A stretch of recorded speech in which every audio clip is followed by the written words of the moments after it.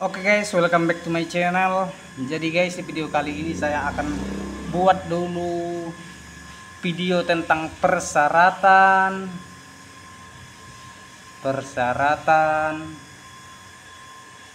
pengajuan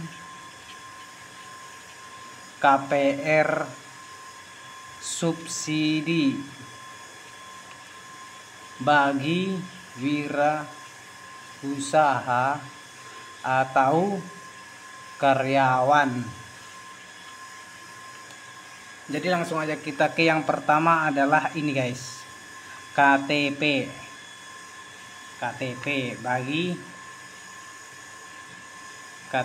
bagi yang mau ngambil KPR, fotokopinya ya. Terus yang kedua adalah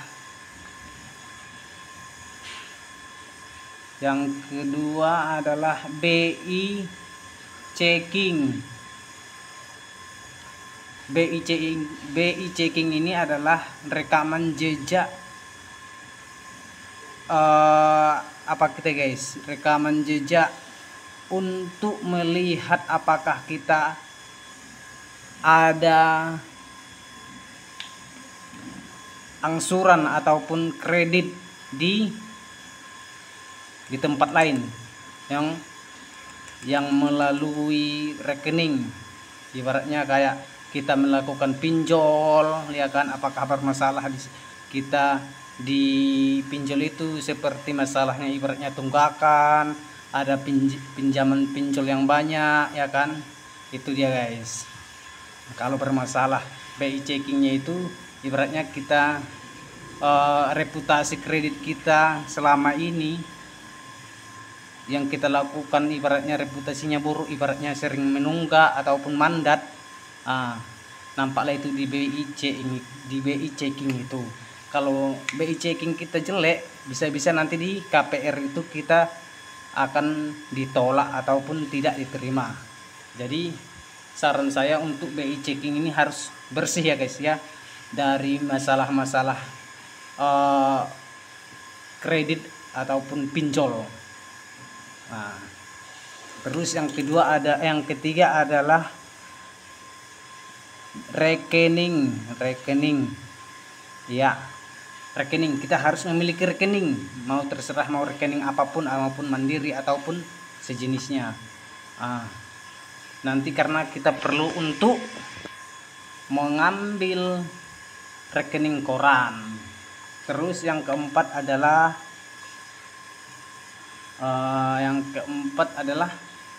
kartu keluarga. Kartu keluarga. Terus yang kelima adalah rekening koran. Rekening koran 3 bulan terakhir. Jadi rekening koran ini perlu kita cetak 3 bulan terakhir bagi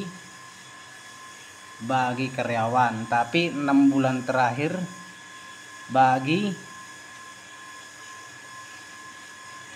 pelaku usaha ataupun wira swasta.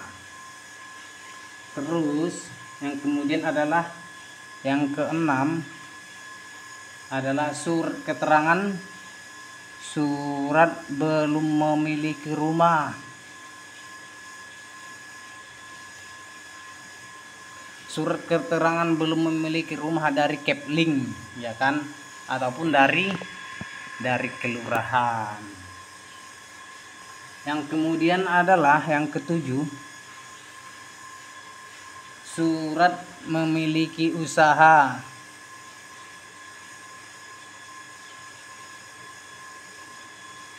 Surat memiliki usaha bagi wira swasta.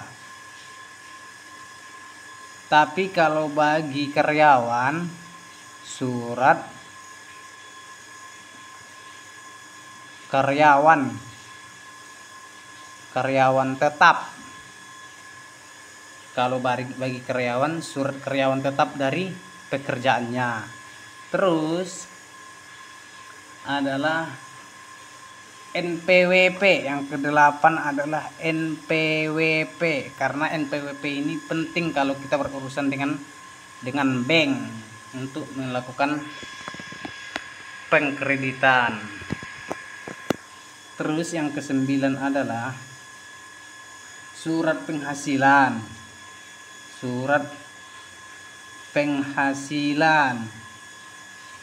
Jadi surat penghasilan ini bagi yang tidak tetap bisa diminta ke kelurahan. Ibaratnya surat penghasilan yang tidak tetap ini adalah bagi swasta ataupun wirausaha. Kalau untuk yang wirausaha, kita meminta surat penghasilan tidak tetap ini ke kelurahan. Kalau untuk yang karyawan surat penghasilan ini kita dari slip gaji. Oke. Terus yang ke-10 adalah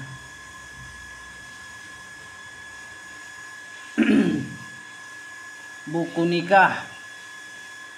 Buku nikah bagi yang udah menikah tapi kalau yang belum menikah nggak perlu ya, nggak penting ya. Terus